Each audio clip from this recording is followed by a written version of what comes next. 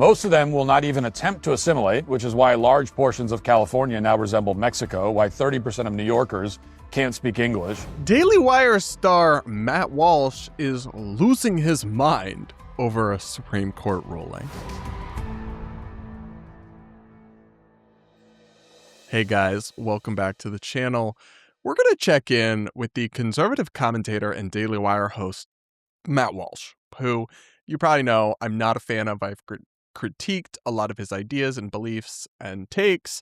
I find him to be very hyperbolic, very radical on some things, and then a bit absurd at times. And this is really a good example. So you've probably heard by now the Supreme Court handed down a controversial but expected ruling maintaining the long understood interpretation of the 14th Amendment's birthright citizenship clause, where they say that anybody who's born in the United States and subject to the jurisdiction of our laws is a citizen at birth. It's an unusual immigration policy. Most countries don't have it. Several others do, but the U.S. has had it for a very long time, and we will continue to have it after Trump tried to challenge it and change the interpretation. And if people are really against it, there's plenty that they can still change at the policy level to prevent birth tourism and other problems, and they can, of course, push a constitutional amendment. But the court simply affirmed the long-standing interpretation of it. And it's a substantive debate to be had. Clarence Thomas makes a very serious, reasonable dissent and different perspective, but the sky is not, in fact, falling yet by them simply maintaining the status quo we've had since the 19th century. Yet Matt Walsh is suggesting otherwise. Listen to him crashing out and spreading blatant misinformation and baseless panic on his Daily Wire show. Let's watch. Today's ruling will directly lead to tens of millions more foreigners flooding into this country, most of whom will have multiple children who will be entitled to a slice of your paycheck. Most of them will not even attempt to assimilate, which is why large portions of California now resemble Mexico, why 30% of New Yorkers can't speak English, why Somalis run entire neighborhoods in Minneapolis. None of this is lawful. Well, I actually will take the word of the Supreme Court on what's lawful over Matt Walsh. I don't actually think he knows very much about any of these cases or the nuances or complexities of them, but it is insane to suggest that this ruling will allow or will prompt tens of millions of people to enter the country, to flood into the country. What? The ruling changes nothing. The status quo is preserved that we've had for a very long time on birthright citizenship. And there's nothing stopping the Trump administration from continuing its strong border security policies, and there's nothing stopping Congress from harshly curtailing immigration amounts if they choose to do so via legislation. All that's at stake is whether or not the children of immigrants, including illegal immigrants, will be citizens at birth or not, which okay, you could debate that. It certainly there's some issues with birth tourism as well, and people just coming here to try to get citizenship for their child and all of that, but there are solutions still to address that.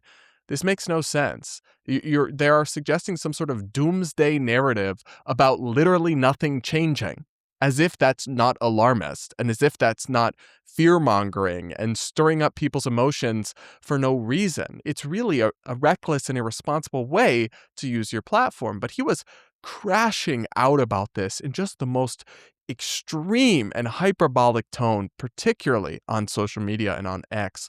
We're going to look at a couple of his posts, and he eventually just went full sexist, misogynist, ignoramus. And I don't say that lightly. I don't throw around those accusations just, over any sort of disagreement of opinion, but there's no other explanation for some of the things that he's saying that we'll get to. But first, let's start here.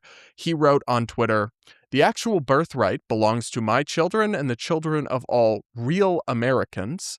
I would love to know who constitutes a real American and who doesn't, and what the specific threshold for that is." Anyway, he continues, "They have a birthright to live in a country that resembles the one our ancestors established."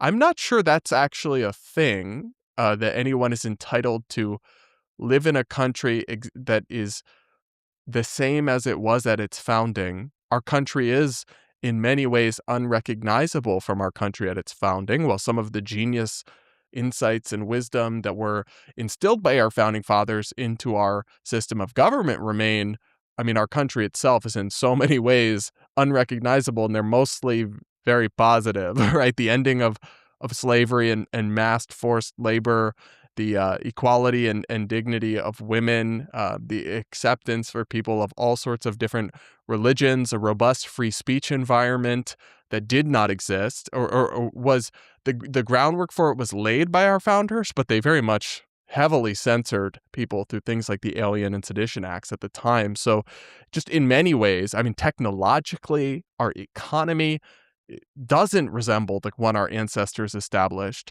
And that's mostly for the better, but I don't know of any country that resembles into perpetuity the one its founders created. And I don't really think that's a reasonable expectation, let alone one that not having birthright or citizenship or not drastically changes or prompts an apocalyptic crash out. Anyway, more from his tweet. And now that birthright, the only true birthright, has been destroyed in favor of the imagined birthright of children born to parents who don't even belong in this country and who have no ancestral or cultural ties to it whatsoever. Total madness, suicide. Words cannot describe how evil this is. All about nothing changing. So they've stolen something by nothing changing. That makes no sense.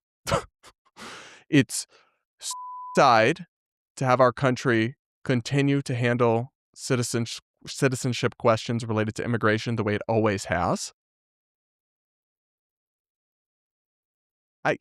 I'm not following this. This makes no sense. This is an emotional meltdown reminiscent of what you see from woke progressives when they don't get their way. It really is. I don't know what else to call it. Anyway, he says, I at least got to live for 40 years in a country that looks and functions something like America. The fact that my children are having that opportunity stolen from them fills me with rage so deep I can't describe it. I truly hate the people who have done this to us. Well, that's a sign that you've lost the plot, that you're emotionally unstable and deeply unwell, and need to seek counseling immediately.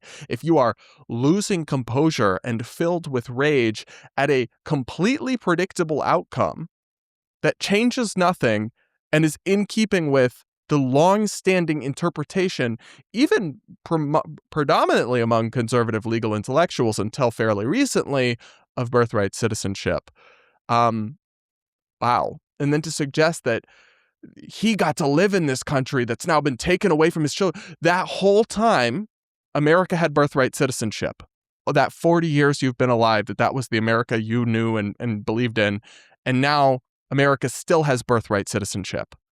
And you're saying it's now been irreparably changed and stolen and taken away from your children. You understand that makes no sense, right? I don't know how to explain to you that makes no sense. And there's still so much you can do. I'll get into serious commentary and reaction to this in a moment, but I want to show you a funny meme that someone made.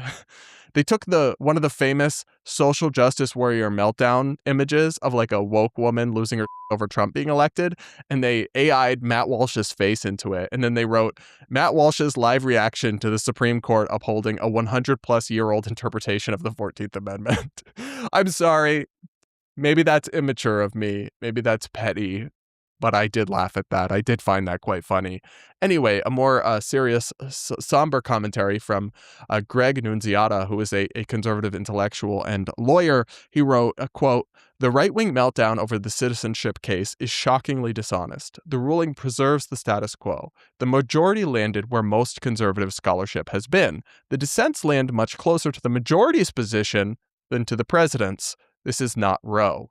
So what he's saying is that this is not some seismic shift that sets conservatives back generations the way that Roe v. Wade was. And it's also not the case that even the people who ruled against or who dissented in this case and did not support the majority ruling to enshrine birthright citizenship, even their perspective, if you actually look at the details, is not Matt Walsh's perspective. Like Neil Gorsuch's dissent is actually draws a distinction where he may still actually believe that the children of illegal immigrants are entitled to birthright citizenship, but he doesn't believe that about birth tourists. And this is incredibly complicated. The case is incredibly complicated. The historical record from the time of the framing of the 14th Amendment is mixed. There's lots of different comments from different influential figures that say slightly different things and have different contexts and sub-meanings. And to act as if it's just such a black and white, obvious, simple question, this new interpretation of birthright citizenship that no one believed in 10 years ago, the Trump interpretation, or 15 years ago. No one thought that, no one really disputed this. And I'm not saying you can't. I'm not saying this is, how dare you question this? You're evil. You're racist. This is crazy. I think Clarence Thomas has some interesting points, and I think it's a legitimate debate to be had. And maybe you want to change birthright citizenship. That's not crazy. You can change it. We need a constitutional amendment. And you have to convince the vast majority of the public that it's important and necessary and just to do so. But I'm not saying that's crazy or out of bounds, but don't act like we're crazy for not thinking that the sky is falling because of this. You're the emotionally unbalanced one here, Matt Walsh. Anyway, a more serious and somber pushback to this came from the conservative radio host Eric Erickson. He responded, and I don't know if this was directly about Matt Walsh, but it certainly applies to what he was saying. Eric writes this tweet, and I'll read it in full because it's important. Let's now deal reasonably, instead of hysterically, with what to do. First, the flow of illegal aliens into the country has collapsed to negligible numbers, so securing the border mitigates that issue. This is a key point, right? So they're so worried about whether the children of illegal immigrants born here will be citizens. Well, if you secure the border and stop the flow of illegal immigration, that largely ameliorates that issue. More here. Second, the president could issue a new executive order on birthright citizenship to apply to American territories. It is an existing and well-settled piece of law that the 14th Amendment does not automatically apply to American territories. Much of the birth tourism industry focuses on Guam and other American territories in the Pacific. The president could use a narrowly tailored executive order in American territories to shut down birth tourism there.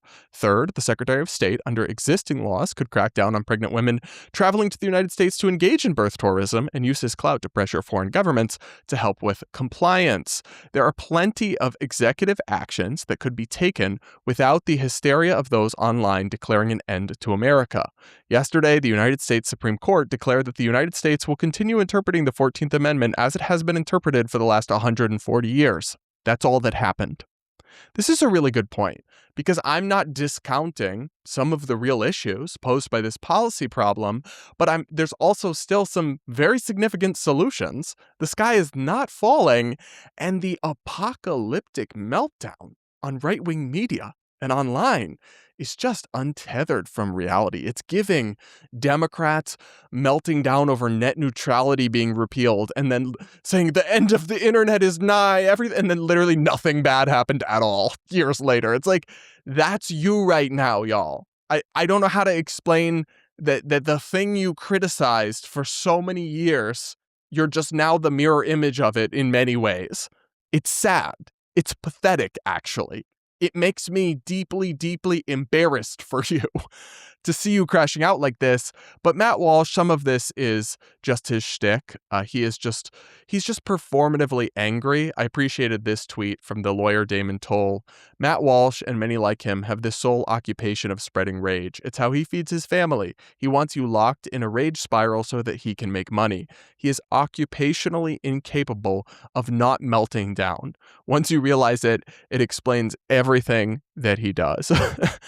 I mean, I kind of agree with that. Once you see that, it is hard to unsee it, because I think people pay the most attention to him and he gets the most views when he says something outrageous or when he really flies off the handle. And so he is incentivized and chases that incentive to do exactly that over and over again, even though in many of these situations like this one, the circumstances and facts just do not warrant the meltdown whatsoever. But then, there's a part of this where he really got, I think, very nasty and very ugly and very sexist. And I really am not one to say, that's offensive. You can't say that. That joke is deeply offensive. I'm not doing that at all. But we're not talking about jokes. We're not talking about humor. And we're not even talking about like controversial, serious opinions. We're talking just about cheap put downs of women divorced from factual reality or the historical record. So here's what Matt Walsh had to say. He tried to make this a women thing, even though it's very interesting. So in this ruling, that was a 6-3 ruling or a 5-4 ruling, depending how you look at it. But those who disagreed with Matt Walsh include Chief Justice John Roberts, to some extent, Justice Brett Kavanaugh, though he drew a nuanced opinion, but in general sense, did rule against the maximalist Trump administration position on this, and as well Amy Coney Barrett, who is a female justice appointed by Trump in his first term. And Neil Gorsuch, if you look at his opinion, also seems to substantively go against the Trump administration and therefore Matt Walsh in this case, his position on this issue, yet he's seizing on Amy Coney Barrett as some sort of fake conservative liberal woman subject to her emotional female impulses. And he went on this truly sexist rant about this. So here it is. He put an image of the four current female Supreme Court justices, left to right: Sonia Sotomayor, Ketanji Brown Jackson, Elena Kagan, and Amy Coney Barrett. And Matt Walsh wrote, "The worst Supreme Court justices of all time have been women. That's just a fact. Republican presidents should take the hint." And he then says, it turns out that Amy Coney Barrett is a DEI hire, little better than Ketanji Brown Jackson. Terrible pick. When's the last time we had a Republican president who didn't put a liberal justice on the court? This is psychotic. We are watching psychotic ramblings from a deeply, deeply ignorant man at this point, because Amy Coney Barrett is one of the justices that voted to overturn Roe v. Wade. If she was a closet liberal, she wouldn't have done that.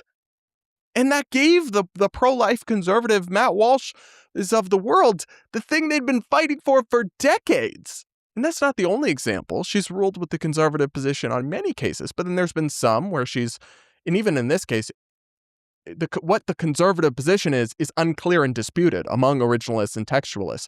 But like even if just taking that at face value, it is insane to say that she is just a closet liberal, barely indistinguishable from Ketanji Brown Jackson. That's absolutely factually incorrectly untrue. Just last week, Amy Coney Barrett was being attacked by the left for allowing the president to end temporary protected status for Haitians. But he's just such a short memory. One decision I think is bad. Woman, bad. Like, what kind of caveman brain is he operating with? That he just is... when he says keep it in mind, by the way, he's saying that don't ever put a woman on the Supreme Court again, is what he's implying, at least. I'd actually have more respect for him if he said it with his chest and just came out and said it. And then this statement, the worst Supreme Court justices of all time have been women, is such a...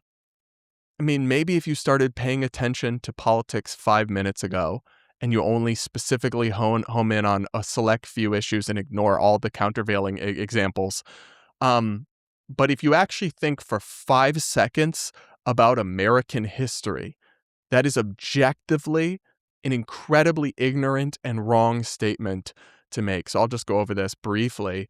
But 0 female justices were involved in any of the worst and most egregious and evil Supreme Court decisions in American history, like Dred Scott, which declared black people not even citizens, like Plessy v. Ferguson, which upheld racial segregation, Korematsu, which allowed the government to racially discriminate and violate the civil liberties of Asian Americans, or to separate like just the objectively, infamous cases from just the ones that conservatives strongly object to ideologically. Roe v. Wade was handed down by 9 male justices, 0 female justices. And then one of the female justices he's now suggesting just because he's just so caveman brained about women bad, get in the kitchen, I guess. He's now suggesting is like one of the worst justices of all time, is one of the, from a conservative pro-life perspective, heroes who overturned Roe v. Wade. This makes no sense unless you're just thinking women bad and you're just contorting all the relevant history and facts to support that opinion and ignoring everything else, and fundamentally making your decisions and conclusions based on your emotion and emotional instability at this point, rather than the facts. And to Matt Walsh, I would say that a wise person once said, facts don't care about your feelings, but your commentary increasingly seems exclusively driven by your feelings, and they really seem impervious to facts, logic, or reason on some of these questions.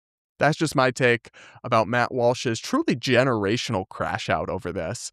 I mean, he's posting like the world is ending after literally nothing changed or in terms of, practical policy implications.